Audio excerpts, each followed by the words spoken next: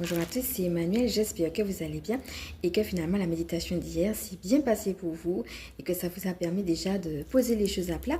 Pour celles qui me prennent en cours, sachez qu'on a fait une méditation de fin d'année, je dirais, qui est un petit peu, je dirais, une méditation récap.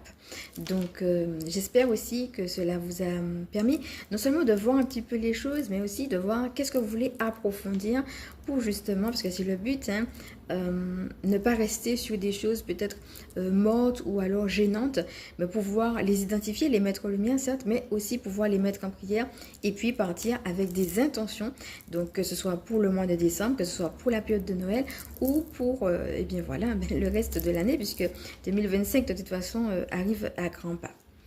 Donc, pour ceux et celles qui me prennent en cours, n'hésitez pas à aller voir justement cette méditation qui est très intéressante et puis à regarder aussi la transcription que vous avez. Et bien, n'hésitez pas non plus aujourd'hui à tête reposée, comme je vous avais proposé hier, à faire un petit journaling autour des questions que nous avons vues hier. Alors aujourd'hui, je voudrais vous parler de Hiératel. C'est un ange dont on avait déjà parlé. Et ça sera assez court. Je voudrais juste qu'on fasse une prière justement avec lui. Alors, Hiératel, pour ceux et celles qui me prennent en cours, est l'ange qui permet justement de mettre en lumière les choses. Donc ça tombe bien puisque on est justement dans cette mise en lumière avec la méditation et avec le côté journaling, avec la fin d'année, etc. Ça tombe vraiment bien.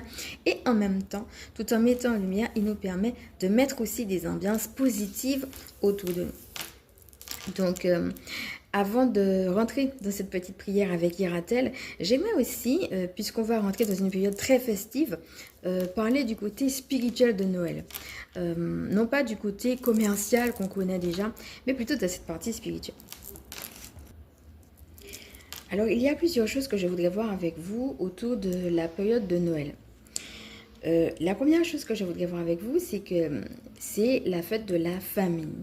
En effet, alors, je tiens quand même à faire une parenthèse pour dire que je ne suis pas prosélyte. Ça ne sera pas forcément un appel à aller chercher l'histoire de Jésus. Si vous ressentez de le faire, bien entendu, vous pourrez y aller. Pour autant, je vais pas forcément, je vais me servir juste du fait que Jésus est né, mais ce qui va nous intéresser ici, c'est la naissance du Christ en tant que lumière, c'est-à-dire le fait que la lumière du divin, eh bien, elle est amenée à vivre en nous. Elle est déjà en nous, puisque c'est le divin qui nous a créés et qu'elle est amenée tout simplement à vivre en nous. Donc, pour moi, le Christ, c'est pas forcément l'histoire de Jésus en tant que tel, même si Noël a été un prétexte pour fêter la naissance de Jésus, dont on ne connaît pas la date, soit dit en passant. Mais moi, je ne vais pas m'arrêter à Jésus en tant que tel, mais à l'aspect